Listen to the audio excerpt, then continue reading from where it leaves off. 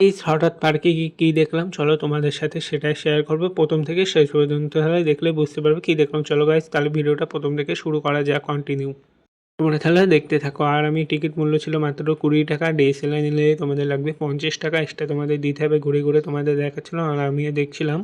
অসাধারণ একটা ভিউ ছিল, ঠান্ডা ঠান্ডা ওয়েদার ছিল। কি গাইস বলবো, সেদিন প্রচুর রোদ্দুরও একদমই উঠেনি বেশি, ঠান্ডা ঠান্ডা ওয়েদার ছিল। কি বলবো গাইস, আর এখানে ভিডিও করছিল আর আমি, আর আমাকে কেমন লাগছে কমেন্টে জানাতে একদমই ভুলবে না। বাই দ্য ওয়ে তোমরা কে কে আবার এই পার্ক থেকে গিয়েছো অবশ্যই কমেন্টে জানাতে একদমই ভুলবে না। বেশিরভাগ এই পার্কে সবাই কাপেলরাই যায়। দেখলাম বৃষ্টি পড়ছিল, বৃষ্টির মধ্যে ট্রেনটা যাচ্ছিলো, অসাধারণ ভিউ ছিল গাইস। আর এই পার্কের একটা বড় একটা গল্প আছে, তোমরা কেউ জেনে থাকলে অবশ্যই কমেন্টে জানাবে আমাকে।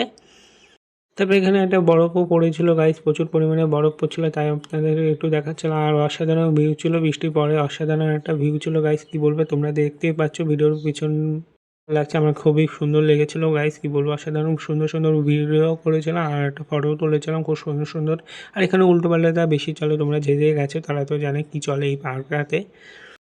কোনো কাফেলা যদি নাও যেয়ে থাকো এখনও অবশ্যই ঘুরে আসবে, কাফেলা বেশি যাবে। আর দেখাচ্ছি নেক্সট ভিডিও, টাটা।